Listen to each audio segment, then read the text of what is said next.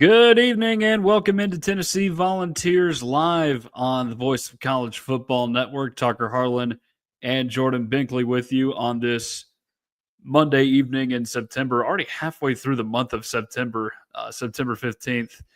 Time flies when you're having fun during college football season, unless, of course, your team loses, in which case that did happen to us this week. We're not going to talk too much about that tonight, but we will address it. Unfortunately, double trouble for me this weekend with the Titans going down too.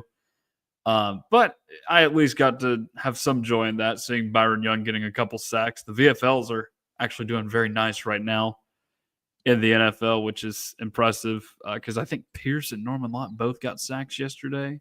Oh, nice. I saw that Yeah, one with Norman Lott. I mean, absolutely yeah. leveled Jalen Hurts. Cedric Tillman has 2 touchdowns in as many weeks, and Jawan Jennings had a touchdown catch yesterday too. So everybody's doing pretty well. And for those of you fantasy football players out there, Dylan Sampson is a PPR monster right now. So definitely pick him up if you haven't already. But that's enough NFL talk for one night, even though they are our boys, the VFLs. Do want to share one promotional matter with you guys before we get in the show, and that is, of course, our merch store here on the Voice of College Football.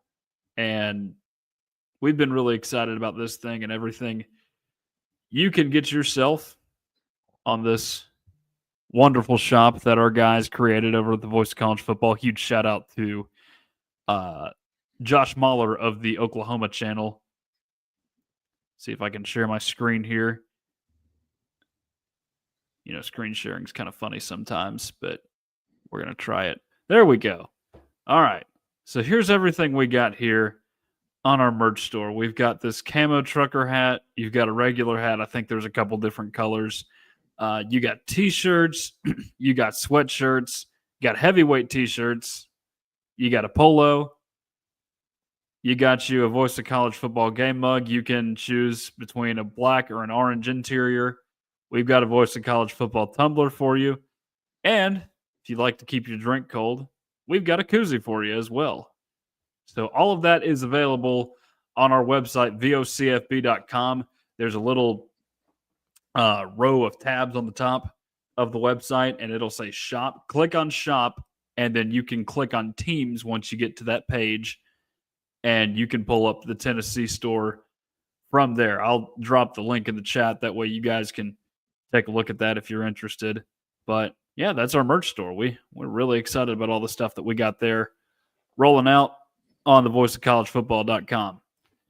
Okay, so let's get into the meat and potatoes of this show as we are now deep into college football season, 3 games in. Tennessee officially into SEC play as of last week. Vols fell, I should say. I said defeated. They were defeated, though, by the Georgia Bulldogs, unfortunately, 44-41 in Neyland Stadium.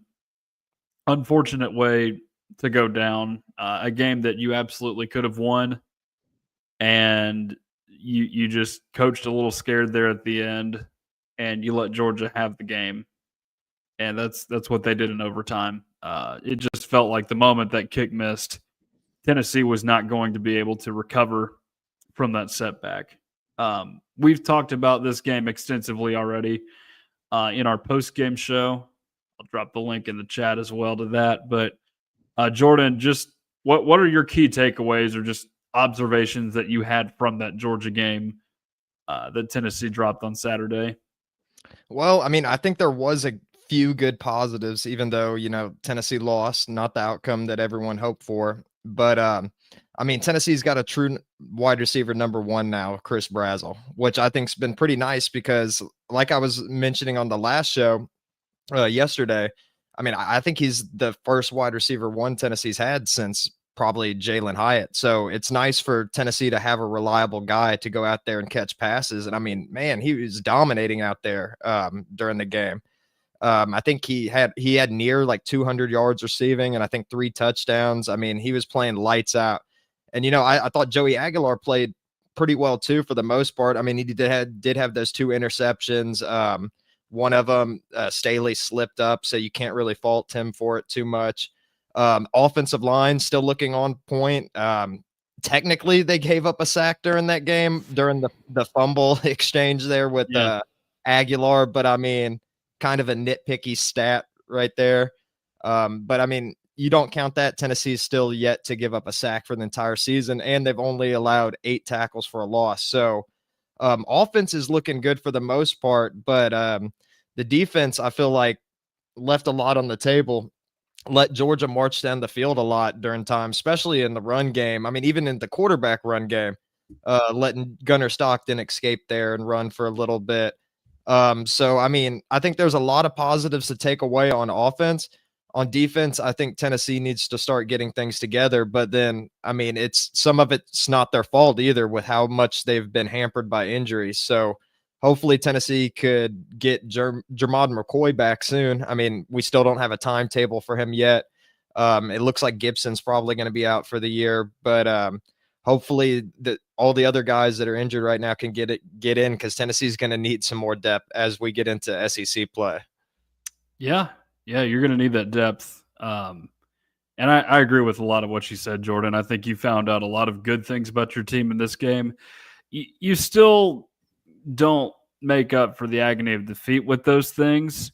But I think with the sting that you feel from this game, it's going to be a motivating factor going forward for the Vols. And I think a result that will not allow you to overlook any opponent here in the future, just because you know what you got to do if you want to get back to where you were last season in the college football playoff. And the fact that you got there with what we have now discovered is not a stellar quarterback, it kind of puts some pressure on you to get back this year, I believe. So just a few things that I learned from this game. And Jordan, you've already mentioned some of them. You have yourself a quarterback. You absolutely have yourself a quarterback, because not even Hendon Hooker or any of the other guys, not that it's a surprise, were able to put up the kind of numbers that Joey Aguilar did. Really just have the kind of freedom in the passing game at the very beginning that Joey Aguilar did. Scoring 21 points early on in the game is just not something that we've seen from Tennessee against Georgia in a long time, very long time. Because, I mean, even in the 2 games where they beat Georgia in 15 and 16 here in recent years, they got off the slow starts in that game, because I want to say I think Georgia was up like a touchdown at halftime in that 2015 game, because they were down big at one point, Tennessee was. And then I think it was at least 17-7 in the game in Athens where they threw the Hail Mary. So I believe you can absolutely feel good about what you got at quarterback. And you're right about the interceptions too. I don't put those on him necessarily. You got yourself some receivers too. Braylon Staley has turned out to be a guy that can be a productive playmaker for this team. You saw it on the deep ball against Syracuse. You saw another one in this game. Ended up with 9 catches for 97 yards, which is a very nice outing. Chris Brazzell is really emerging as your receiver 1. And I think you got to lean into that as the year goes on. I tweeted it during the game, but he's already passed his season total in receiving yards from 2024 in the span of just 3 games this year. And he's second in the country in receiving. Yeah, 200-plus yard receiving games for Chris Brazzell. So good stuff from him. And you had some other guys make plays in the receiving game too. Mike Matthews, a recipient of a few screens. Miles Kitzelman, reliable answer at tight end. So lots to like about this Tennessee passing attack. Just a couple more things that I learned from this game, one of which is something that kind of reinforces what we already know about this team, which is it needs to get healthy on defense. You don't have 2 guys that are very, very important at defensive tackle, and you are missing your 2 best corners on the team as well.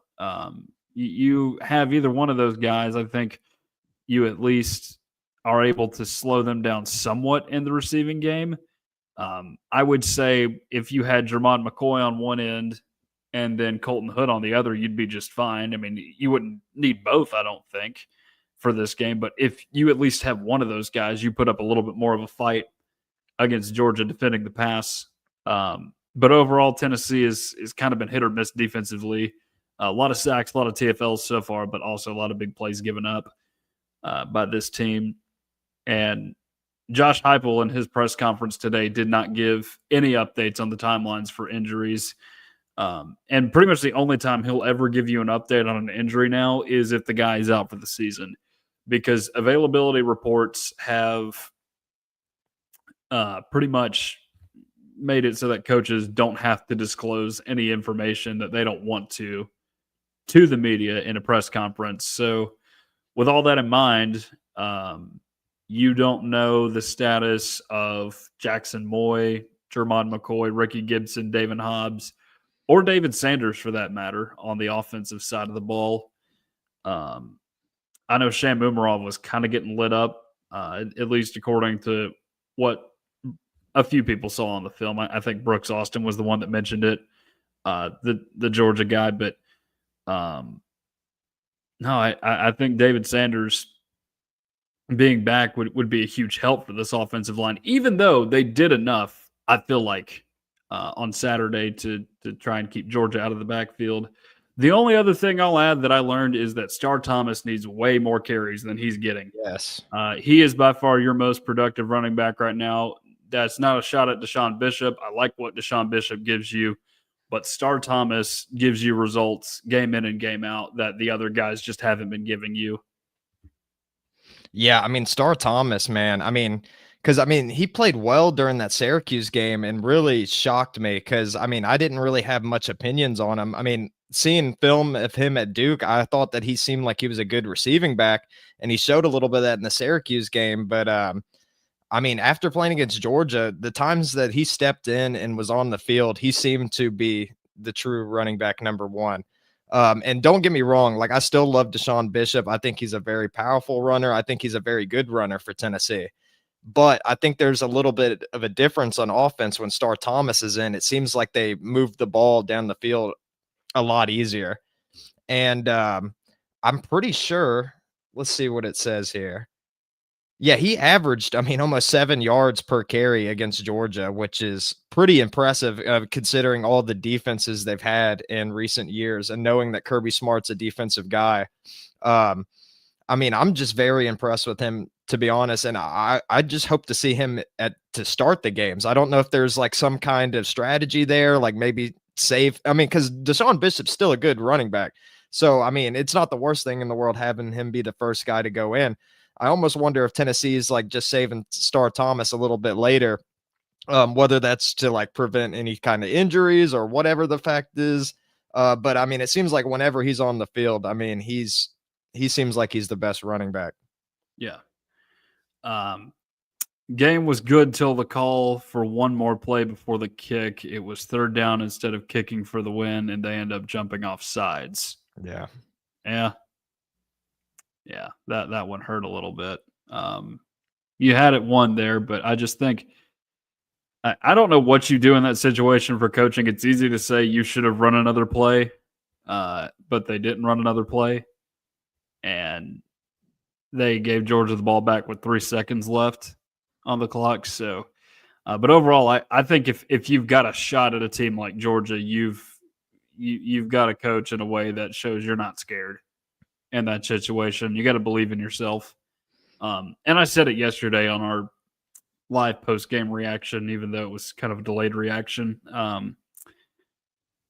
What did I say? It was the opposite, the alternate version, I should say, of the Alabama game in 22, a game where you end up winning because you made a good decision coaching late in the game.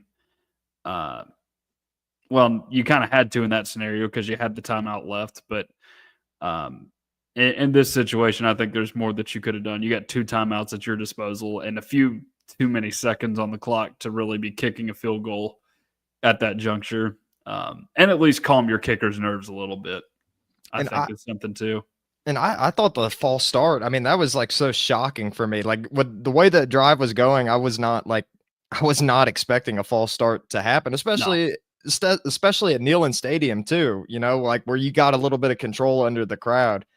But yeah, that was a disappointment for sure. But even then I was still thinking that Tennessee was going to win the game, but then Man, unfortunate the way that it turned out. Yep. Yep. Not a good result for Tennessee, but again, you learn a lot of things about yourself and losses. And I think in this game, more so than not, you learned good things about yourself, which you can apply for future games. And I said it too. If Tennessee can hang 41 on Georgia, they can hang 41 on anybody, because you just won't see a better defense than this one over the course of the season. Okay, I don't want to dwell too much on this game because we did spend an entire hour on it yesterday. So let's take a look around now at some of the other teams on Tennessee's schedule in 2025. And for the most part, you had a lot of non-conference games this weekend, and you're going to pretty much into next weekend. It's really not until October starts where you really start to see these conference games pop up more. Um, Syracuse responded with a 66-24 win over Colgate on Friday night. You had another game between Mississippi State and Alcorn State, 63-0 in favor of Mississippi State. Not a ton going on there that you shouldn't know about or that you have to know about just because, Alcorn State's an FCS team. Kentucky beats Eastern Michigan 48-23. That looks a lot better than their win over Toledo. One thing to note in that game, Cutter Boley was the quarterback for Kentucky, not Zach Calzada. They also gave up a ton of pass yards to Eastern Michigan in that game. I want to say it was 330 when I checked the box score, which is kind of a lot. So I don't know what that's all about up there at Kentucky. Oklahoma won 42-3 at Temple. I guess the fact that it's at Temple makes it a little bit more impressive, but Temple's not a very good team this year, I wouldn't say. Looking around now, Louisiana Tech beat New Mexico State 49-14. New Mexico State is your third to last game of the season. Other non-conference teams, ETSU loses 31-35 to West Georgia, who I had no idea was a D1 football school until this week. UAB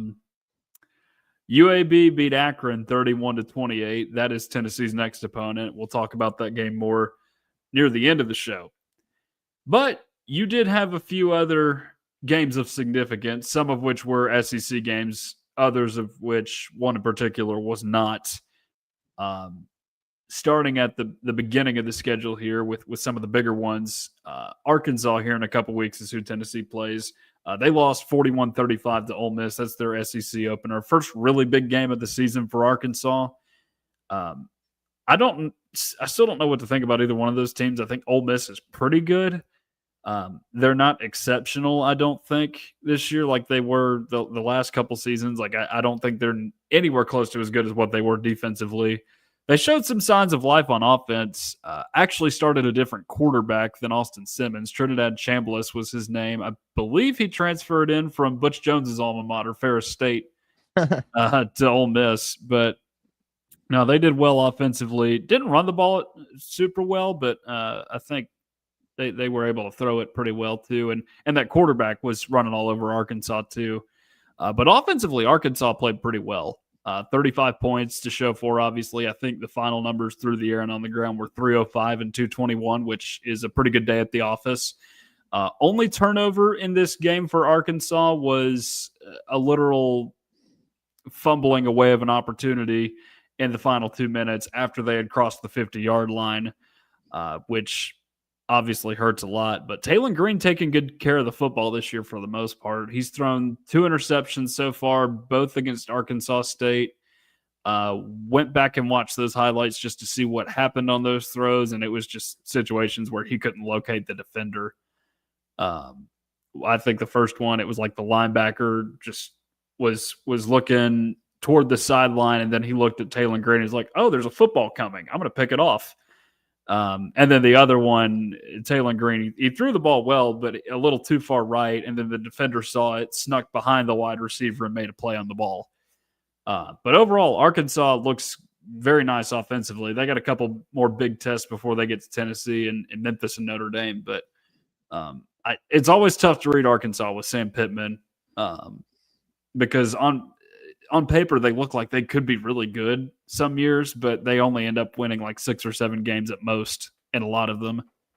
Yeah, I mean, I think Tennessee. I mean, we've mentioned a couple times on the podcast before. I feel like Tennessee's got to put it on Arkansas this year, but yeah, they are looking pretty good offensively. Like looking at their stats, I mean, you're reading off some of Talon Green's stats. I mean, he's also got 300 yards rushing and 2 touchdowns. And then, like you said, those 2 interceptions you saw were not really his fault. And he's got 11 touchdowns to match with it, almost 900 yards. I mean, Well, you got to see the defender monitor. there. I will argue that point at the very least, but no, they're not quite as bad as the ones he was throwing last season. Yeah, so I mean, it definitely seems like he stepped it up a bit. I mean, I'm not sure how else Arkansas the rest of their offense is. I mean, some of the receiving stats aren't half bad on here, but yeah, I mean, Arkansas, Tennessee's just got to win that one though. Yeah. When they come into the town, like I don't care how good Arkansas is, you can't allow that to happen twice. Yeah, I do feel mildly concerned though after this week if that's what they're going to do offensively. That you could be looking at a shootout in that game potentially. If Tennessee doesn't get healthy on the defensive side of the ball. Moving on down here, you've got Alabama beating Wisconsin 38-14. I don't think Wisconsin's a very good football team. No.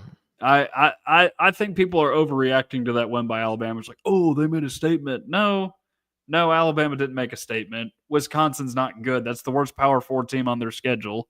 And they played them at home. They were not good last season. They're not good again this season. Luke Fickell could get fired by the end of this year, honestly.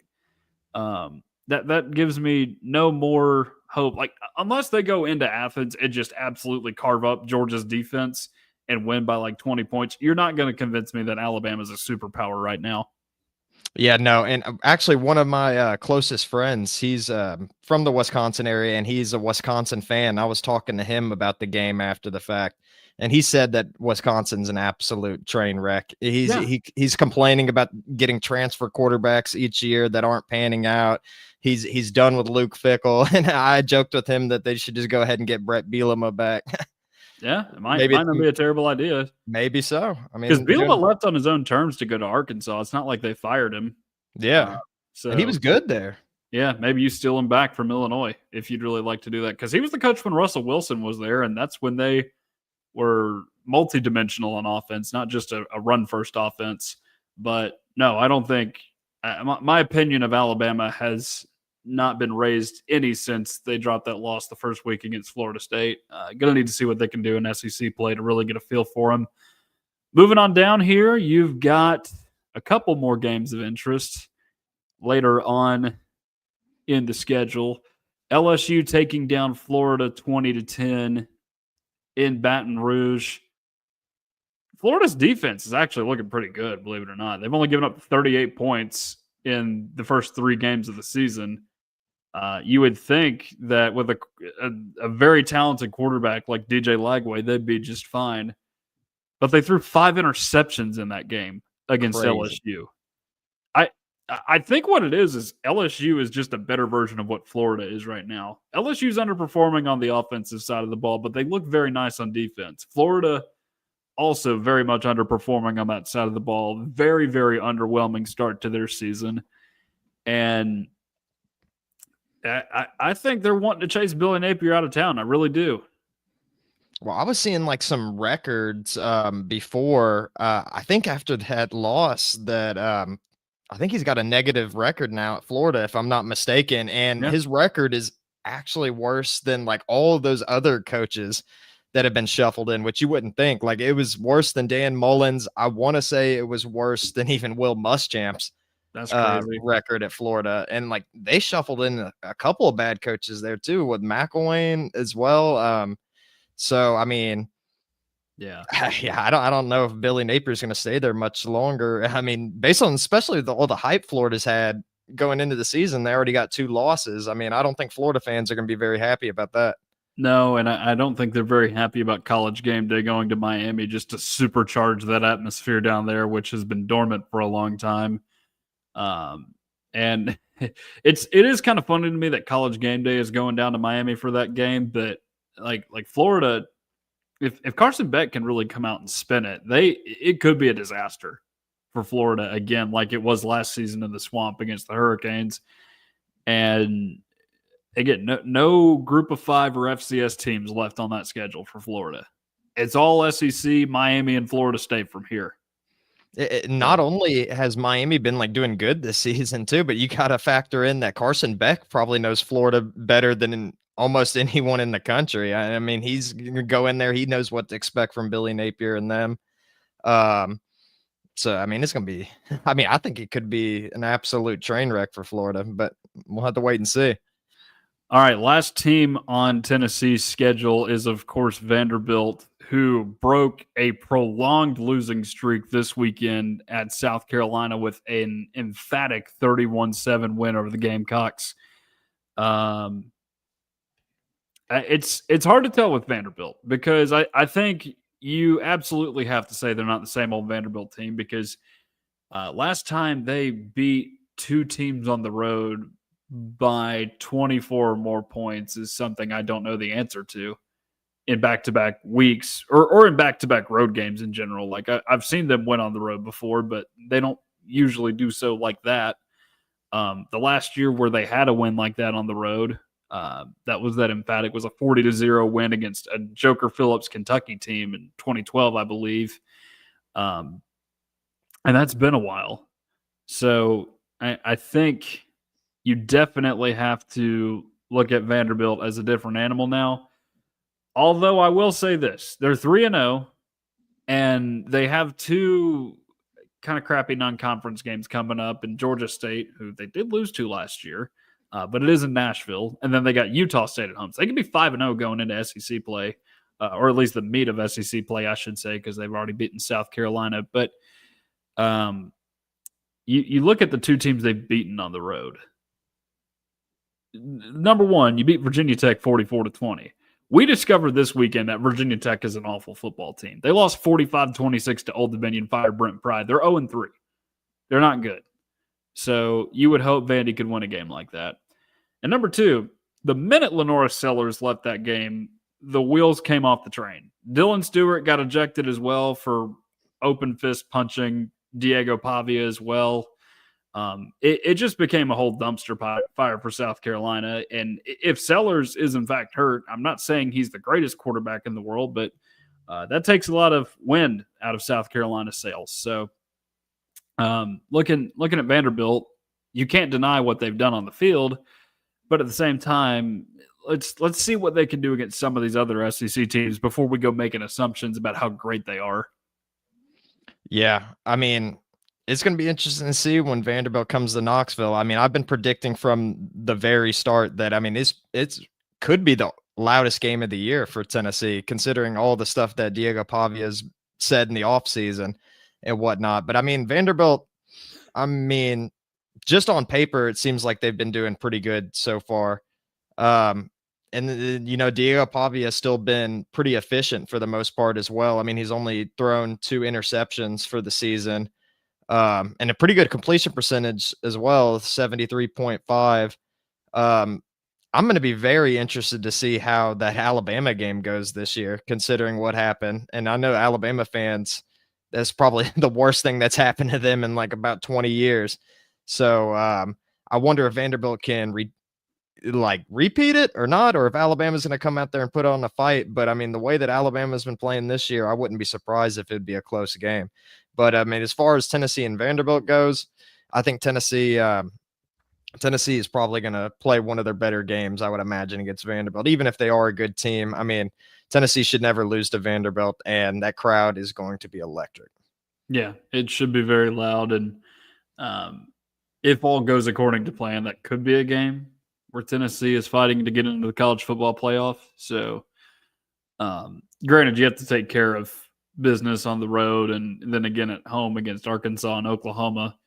But it's not an impossibility. We'll just put it that way. I think this offense gives you a chance to hang in there with anybody this season. So that's what we've got on the schedule this week, at least for everybody else, from a Tennessee perspective. Good week for some, bad week for others. If you're Florida, especially bad week. Or if you're ETSU losing to a school that I just found out had a football team in West Georgia.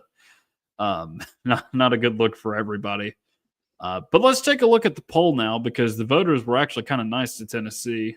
Only didn't move at all, actually, completely stationary at 15 with a 44-41 home loss to Georgia, who I think it's safe to say they are a top 4 team in the country right now.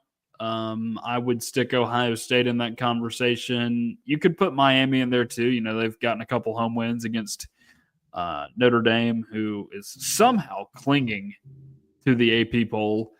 And then another win against USF this past week, who went into Florida and got a win and has taken many people by surprise. They dominated that game 49-12. And then you got an opportunity to beat Florida this week if you're Miami. So I think those are definitely your 3 best teams. I'm not believing in LSU that much right now just because, well, for one, Brian Kelly did say Garrett Nussmeier is playing through an injury, but his numbers are way down from what they were a season ago. Going to need to see him really get healthy in order to have a belief in them. And then Penn State is still ranked way on up there. We've not seen Penn State play anybody outside of FIU, Nevada, and Villanova. So we don't really know anything about them right now.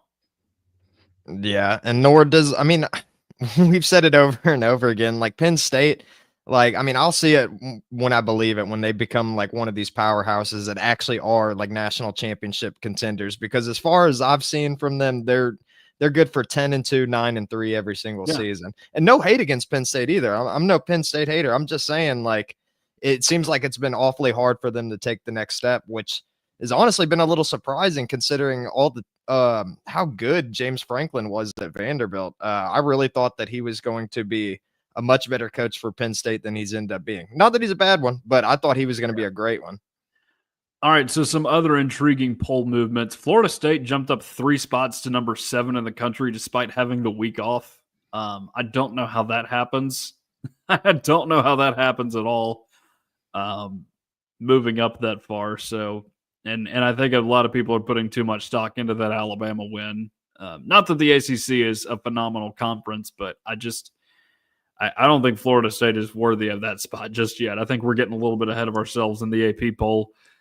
Texas A&M, I would say, deservedly jumps up 6 spots to number 10 with a win over Notre Dame. Notre Dame, again, somehow clinging to number 24 despite being 0-2 right now. Are you that crazy. Surprised, though? No, I'm not. Notre surprised. Dame. They can't hide their Notre Dame bias. They never have been able to. A&M's defense does worry me a little bit. I just don't think they've been as cohesive of a unit as Mike Elko would like so far. Gave up a lot of pass yards in that Utah State game. Let that one running back for UTSA run for like 200 yards against them. And then Notre Dame, who is a grounded pound team very much under Marcus Freeman, scoring 40 points against them is kind of a lot. After watching those two teams play last year in College Station, I didn't think a 41-40 result was possible between the two of them. But they might have something on offense this year. You never know. Although I don't think Notre Dame's defense has been what they were hoping for this year. So that's a movement of interest. Ole Miss and Alabama both passed Tennessee, moving up to 13 and 14. Ole Miss at least has a couple SEC wins to show for, even though I don't think they're exceptional this year. Again, we got to quit pretending Alabama is a superpower right now. They're not. They're not a superpower. If they get beat by Georgia, they deserve to either get put in the 20s again or just be completely kicked out of the poll, especially if Georgia just comes out and handles them. And there's a chance they lose to Mizzou before they play Tennessee. Not enough people are talking about that. And Mizzou has got a very nice looking offense right now. So I get why Tennessee couldn't move up, but are we really giving Bama that much credit for a big win over a team like Wisconsin? Well, I mean, I feel like with some of these schools, you know, at least historical schools, I mean, for whatever reason they want to keep them towards the top, like how I was joking about a little bit with Notre Dame. I mean, you were mentioning a little bit of Florida State. Like, I mean, I feel like these national brands get a little bit more recognition. I know Tennessee is one of those too, but not in the eyes of media as much. So, but Yeah, I mean, Alabama could be in for some trouble this year. And can you imagine the chaos that would ensue in Tuscaloosa if Alabama was to go unranked for the season? I mean, I Yeah. think they would have an absolute meltdown. Yeah. I mean, there's what if Tennessee goes in there and beats them and hands them like their fourth loss of the season? Think about that reality. It would not be an easy reality for Alabama fans to stomach. Okay, jumping into the poll this week, you have Georgia Tech, who beat Clemson. Haynes King, not sure if he's a great quarterback, but he is one heck of a football player. I will tell you that much. Vanderbilt jumping in after back-to-back 24-point road wins over Virginia Tech and South Carolina. Again, we'll see how they do against the rest of the SEC, but I think right now it's at least deserved. And then you got USC jumping into the poll for the first time this year. I believe they're sitting at 25 right now. Beat up on a couple of non-conference teams, and then beat up on Purdue sometime. Yeah, it was this week. I think 33-17. Not a complete blowout, but USC at least looking nice on the offensive end, and you don't have the Grinch there to steal Christmas anymore, so you don't have to worry about your defense underperforming. Falling out, you've also got three teams. The entire state of South Carolina is now out of the poll. And I think that's deserved, honestly. Yeah. Clemson 1-2 right now, and you barely got through Troy in week 2. That's not a good look. And then South Carolina, I said it after week 2, is like this team, they do some things well. I don't really buy the Lenora Sellers hype right now. Some people were acting like he was a Heisman winner in the Virginia Tech game and that he'd be the next Cam Newton. I'm old enough to remember another quarterback that was compared to Cam Newton in the last 5 years. His name is KJ Jefferson, and he's not playing football right now. So let's stop with that before we get carried away with ourselves. And then one more team falling out of the poll this week is unfortunately our dear friend Alex Golish at USF. Took one on the chin from Miami. I think they'll bounce back just because that conference will allow them some opportunities to get big wins, including a trip to Memphis sometime later on the year, which will be super impactful on the Group of 5 playoff picture. Yeah, I mean, and if Miami like continues to do good and everything, like if they continue to be like one of the top 3 teams in the country, then I don't think the South Florida's loss looks nearly as bad. And like you said, with their schedule and the conference that they're being in, I think they'll be just fine. But I mean, like they still very well could be going to the playoffs and stuff. I mean, especially if their only losses against Miami, which Miami's looking pretty good right now. Yeah. Well, that's all I've got on the poll. I did have one other thing I wanted to ask you, Jordan, before we take a little promotional break here. What do you think about the quarterback situation across the country right now? Because I've seen a lot of graphics floating around from the spring and summer that have said that these 10 guys are the best quarterbacks in college football, argue with the wall. And then you look at the top 5 guys in the rankings. Like there's one from Andy Staples going around yesterday that just looks crazy right now. It's from back in April. Sent it to my friend who's actually his producer over on the Indian RA show. But okay, top 5 quarterbacks in college football. Number 1, because he is a Florida Gator, but keep in mind Andy Staples is DJ Lagway. Not the number 1 quarterback. Okay. 5 interceptions say otherwise. Lenora Sellers. He's injured, but I definitely don't consider him the number 2 quarterback. Cade Klubnik, number 3. Nope. Not number 3. Number 4 is a guy that got booed off the field in Austin this week, Arch Manning. The hype around him was as if he was a generational quarterback. And I was like, let's see him start some games for a consistent period of time. And Steve Spurrier said it best in the offseason. If he's that good, why is he behind Quinn Ewers, who was underperforming the entire season? Now we know why. He wasn't ready for the moment. Nussmeier at number 5. Even though he's playing through injuries, I still don't really buy it right now with him. Just because he's been a guy that's been able to pad a lot of yardage just because they don't run the ball very much.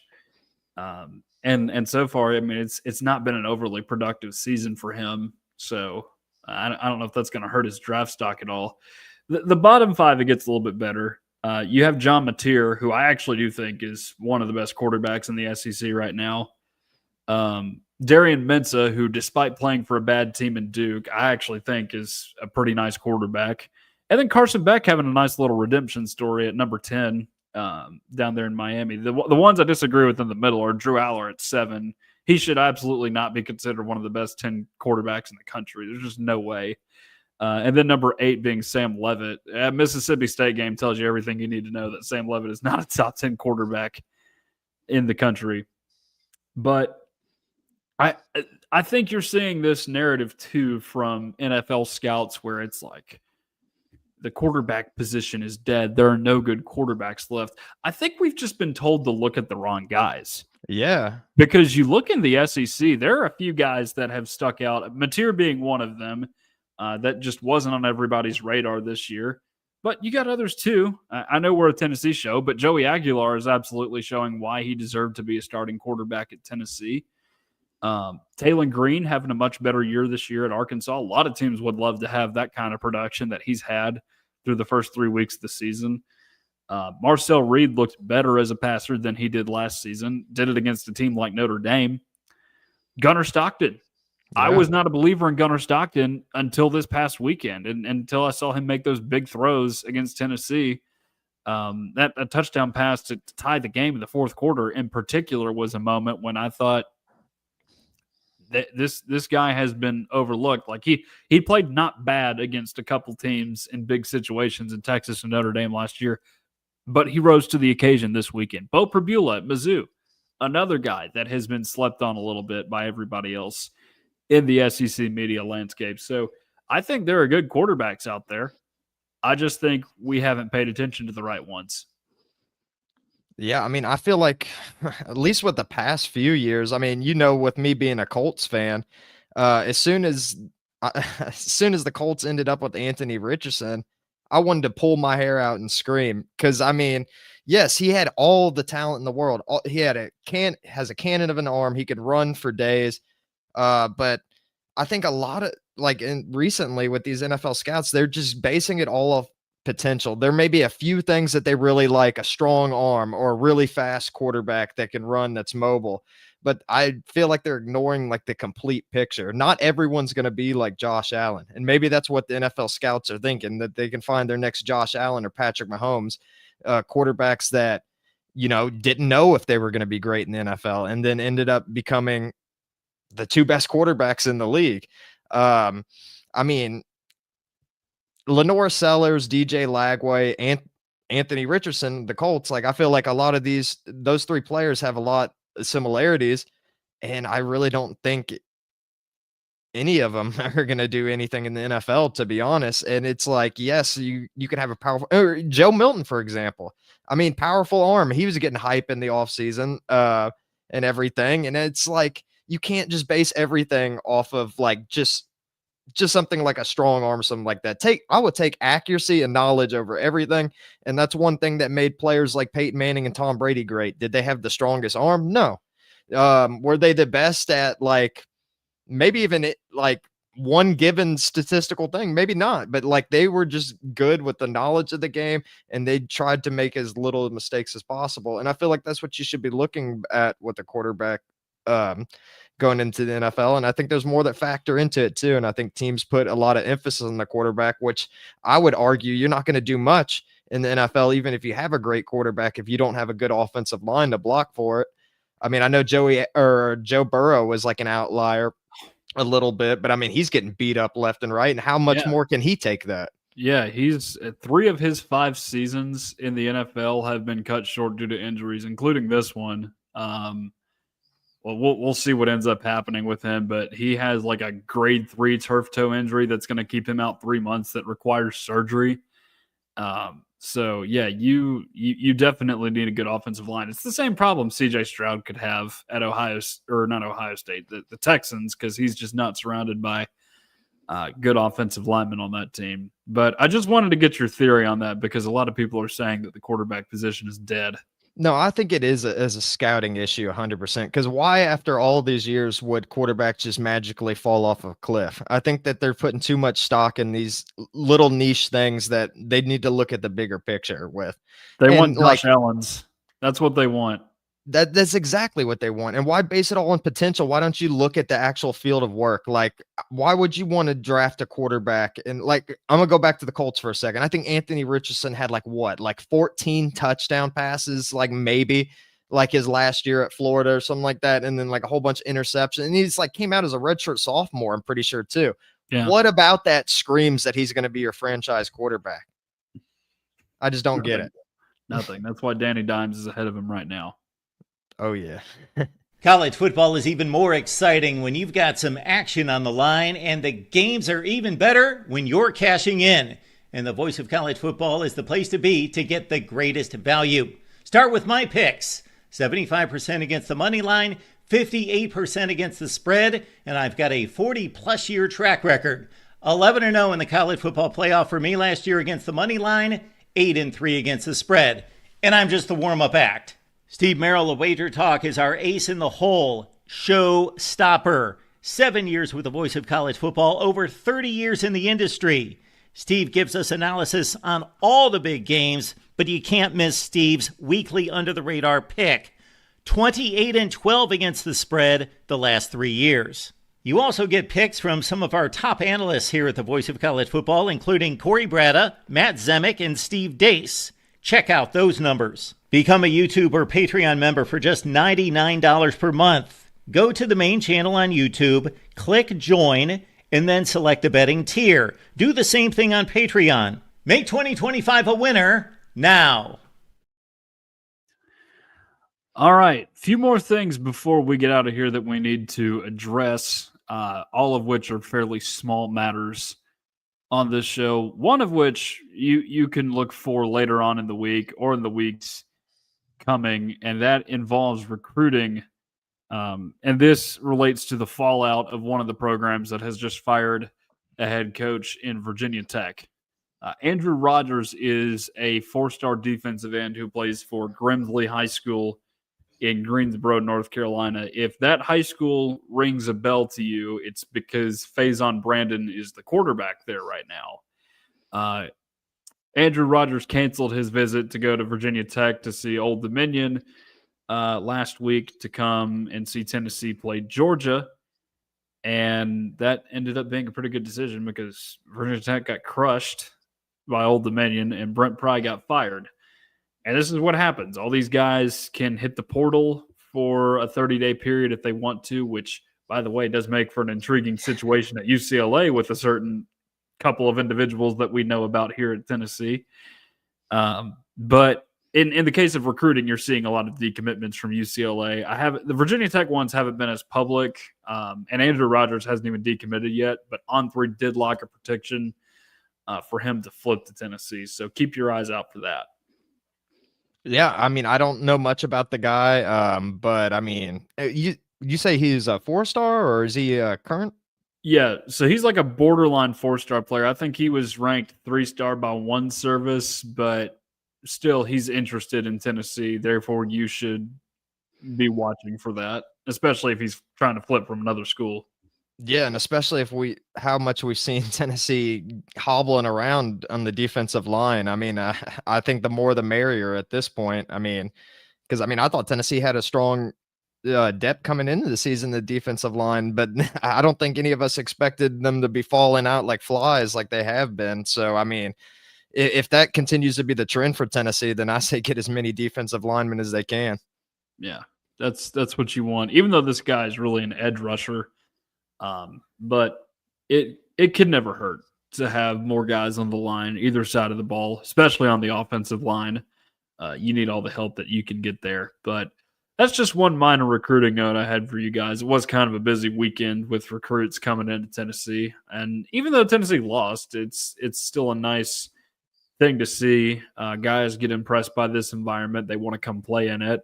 Jordan, you and I were talking before the show about a guy who is from Nashville, goes to Brentwood Academy, and Keyshawn Bowman, who's committed to Oregon to play wide receiver, 4-star kid, but he was at the game this weekend and he was impressed. And I should note too, Keyshawn Bowman's teammate is Kenneth Simon, who is a 2027 safety. He is the son of former Tennessee linebacker Kevin Simon. So maybe there's some pull there. I don't know. And he played with McIntyre too, right? Yeah. Yeah. I mean, they got a connection right there. Yeah. So that's something you could potentially look for. I don't know if he'll flip, but we did see that Tennessee is pushing really hard to get him. Sounded like Jason Witten's son Cooper enjoyed his visit too. And during the ball walk, I was actually about to walk over to a tailgate on the other side of it.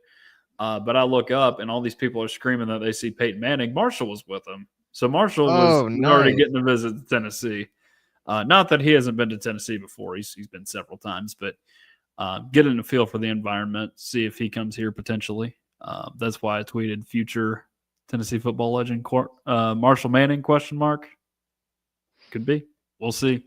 Could be. Yep. All right. So that's enough recruiting for today since we don't have any commitments. Do have one other piece of news that was passed along to me today, and that is the kickoff time for the game in Starkville. Not this week, but the next week. And it's a 3:15 local kick, Central Time. That's 4:15 for those of you in Knoxville and in the Eastern Time Zone. I think this is a win for the Vols, getting that kickoff time in the day. That way you don't have a supercharged environment in Starkville. Not that it's always supercharged there, but they do have the cowbells. Maybe the power of the cowbell comes out a little bit more at night. That was the time of day the last time Tennessee played down there, and it was a loss. Not saying Tennessee would have won that game because they couldn't stop anybody that year with Swiss Cheese Sal and the boys on defense in 2012. Was that when Nick Fitzgerald was there? Oh, no. That was Tyler Russell. Okay. That's even longer ago. Tennessee never played Nick Fitzgerald. I couldn't remember if they did or not. No. They had a few decent players on that team back then, though. I'm trying to think. Chad Bumpus was their really good wide receiver. I want to say he's still their number one receiver, or maybe it's Fred Ross now. I forget which one. Just in receiving yards. But I know they had this one tight end that had like 2 or 3 touchdown catches against Tennessee that year too.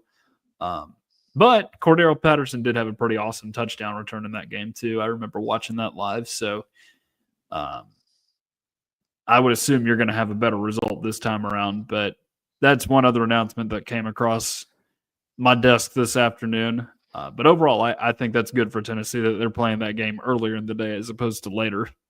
Yeah, and I've never been to a game at Mississippi State, but I mean, I've heard that their atmosphere is more exciting than you would expect, considering that they don't have one of the biggest stadiums in the world, and plus they've not like been one of the more dominant SEC teams. I mean, and they've been around for a while too. I think they're one of the original teams in SEC, maybe even before Florida and a couple others. Well, because they were Mississippi A&M back then. Back in the day when they first started playing Ole Miss. The reason you've heard all about Starkville is because there's a good friend of ours who we've had on this show who loves Starkville more than any other place in the SEC. Yeah. I think you know who I'm talking about. They all love this pizza place down there that's supposed to be really good for at least a college pizza, but some people are big fans of it. I've never understood the appeal. I mean, it's, I believe, the furthest SEC city from an interstate highway, I want to say. Really? Like Georgia's kind of tucked between 85 and 20. I guess Texas A&M is a little bit removed, but not as far removed as Mississippi State is. Ole Miss used to be like that, but they built, I-22 that goes from Birmingham to Memphis. Sorry to bore you guys with a geography lesson, but I'm just trying to prove a point about how remote Mississippi State is compared to some of these SEC schools. Well, then I guess it really truly is a college town. Like what else is there to do in Starkville besides just watching Mississippi State football? Because I never hear about the city itself. Go see the cows roam around in the woods. Yeah, and get pizza, I guess. Yeah, apparently get pizza. I'm sure there's a good barbecue joint down there too. It's in the South. It's gotta be especially in Mississippi. Barbecue joint, probably some good fried chicken around there somewhere too.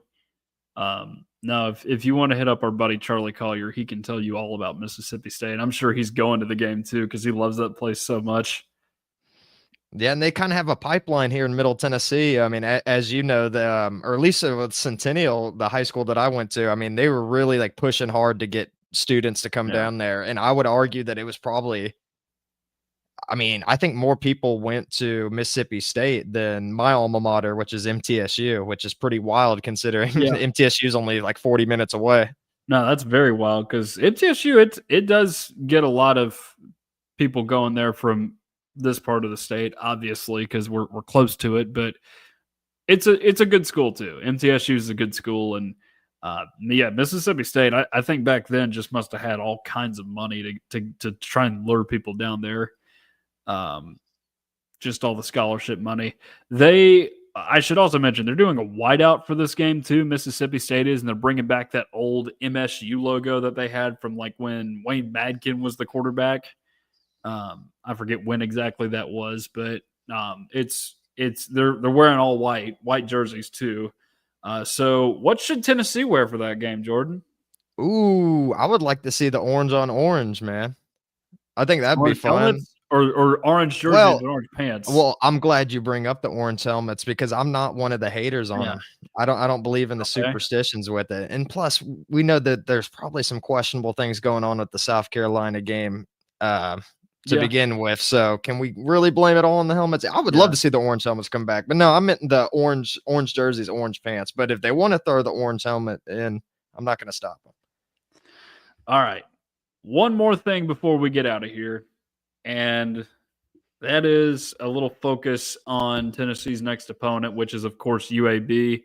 I saw the line moved actually on ESPN Bet before we started the show to 40.5 in favor of Tennessee. So far on my point totals, I have been significantly off, but I've been like right there for point spreads because I had Tennessee winning by 17 against Syracuse. They won by 19. Had them winning by 56 against ETSU. They won by 55. Had them losing by 4 to Georgia. They lost by 3. I've been very close. I'm a great spread setter, I guess you could say. Not good with the point totals, but that's a different story. A little bit about UAB. They are 2-1 right now. Have not scored any less than 24 points in a game. But take that with a grain of salt. They've played Alabama State, Navy, and Akron. That's who they beat this week. Got in a real shootout with Alabama State week 1. 52-42 win for the Blazers. Lost to Navy 38-24. And this week they held on for dear life 31-28 against the Mighty Zips and Joe Moorhead up there in Akron. I mix up my words sometimes. More about UAB. Their quarterback is Jalen Kitna. I was going to ask you about that. Yeah, that name if that name rings a bell, he is the son of John Kitna, the former. But that's not what I was thinking about. No, I'll get to that, Jordan. I know exactly what you're thinking. He was the former quarterback at Florida, and he was arrested for something that I'm not going to say it. I'm not going to say it on this show, but if you want to look up what Jalen Kitna was arrested for at Florida, do so at your own peril. But so far, he's aired the ball out well in their first few games. I think he's had a couple 300-plus yard passing performances. Granted, some of that is out of necessity. But, good start to the season for him overall. This is by far their toughest game of the season, though, having to come to Tennessee.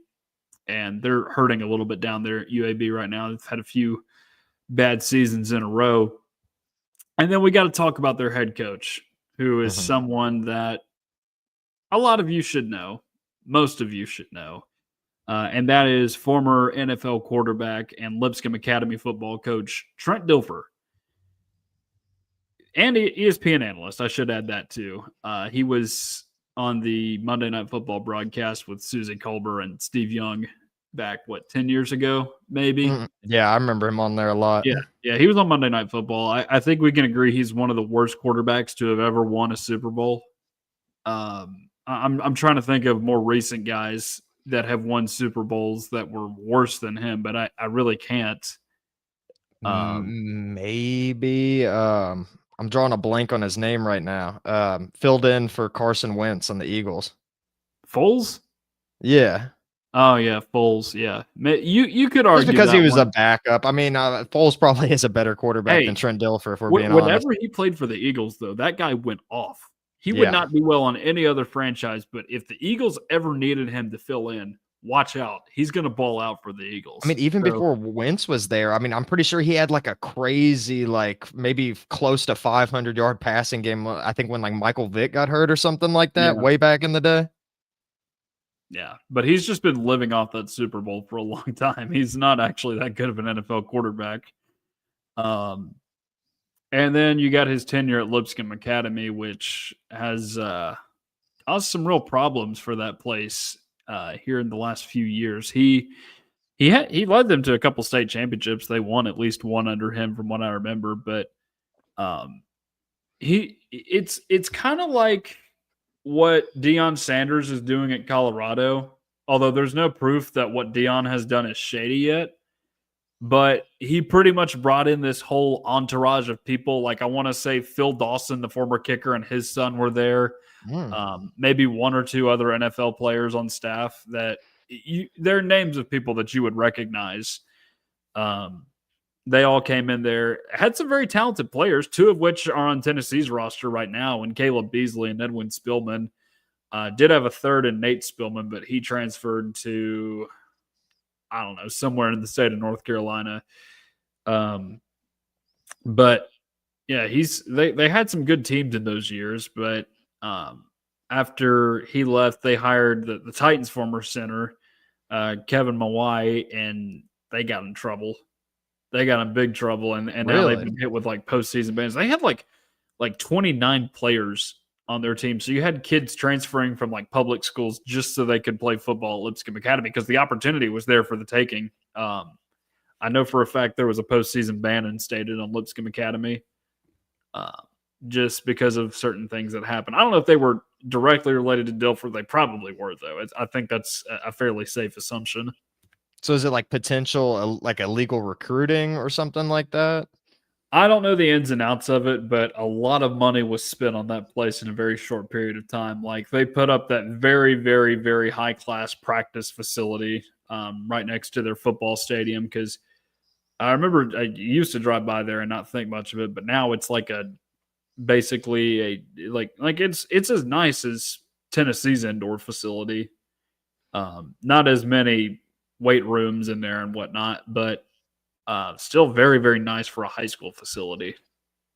Yeah, before Dilfer got there, I mean, of course, I knew what Lipscomb Academy is from being in the Middle Tennessee area, but I never thought twice about it. Never thought about them as football powerhouses or even remotely close to that in the state of Tennessee. And but they did seem like they were doing quite a bit there with Trenton Dilfer. But I don't know, like, what you're saying with potential sketchy stuff going on there. I wouldn't be too shocked if that was the case. But yeah, they sort of were. They had all this Nike gear and stuff like Yeah, out of nowhere, like like nicer the stuff than. helmets. The helmets just got insanely nice. Yeah, and we're talking about like Yeah, a high school football program that yeah, I can't remember ever doing anything in the state of yeah. Tennessee. There was a lot of just really crazy stuff going on at Lipscomb Academy when they were there, and I know some of you watching this may be Lipscomb Academy grads, and I bear that in mind. But there was a season, I want to say it was my sophomore year of high school, where they like didn't win a game, and then that was the year before they hired Dilfer, and then suddenly they just got good out of nowhere, and Well, there's they so come many out, good private schools that have to yeah, compete with them as well. I mean, yeah, like, why would you choose there? Nothing against them, but I mean, until Dilfer got there, I mean, like, why wouldn't you go to like Innsworth or Brentwood Academy or something like that?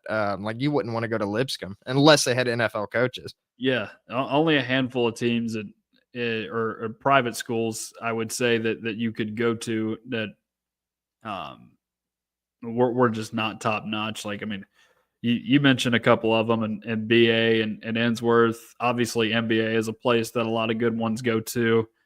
CPA will have good teams every now and again. Baylor. But yeah, well, that's Chattanooga. But again, Oh boarding yeah, yeah, school. yeah. But you could go to Baylor or Macaulay and go out of. You could even go out of state to one of those schools because they do recruit pretty heavily. So But Lipscomb wasn't really able to draw on that. But like when Dilfer got there, suddenly they got those kids. And now it doesn't look like they're going to be able to get those kids anymore. But yes, that is the story of head coach Trent Dilfer's career at Lipscomb Academy. He's now at UAB. He's not doing well either, by the way. He's on a very, very hot seat down there in Birmingham. I want to say he's got a couple of losing seasons in a row because he's only been there. This is his third year, I think. I think you're right. And they've not been good in any one of those seasons. And it's a shame because UAB was not bad for a while when they rebuilt the program from scratch. I remember because a few days ago, actually, I posted that video of Alvin Kamara making his debut for Tennessee. And Tennessee was supposed to play UAB in Nashville that year. But that was the year they shut down their program.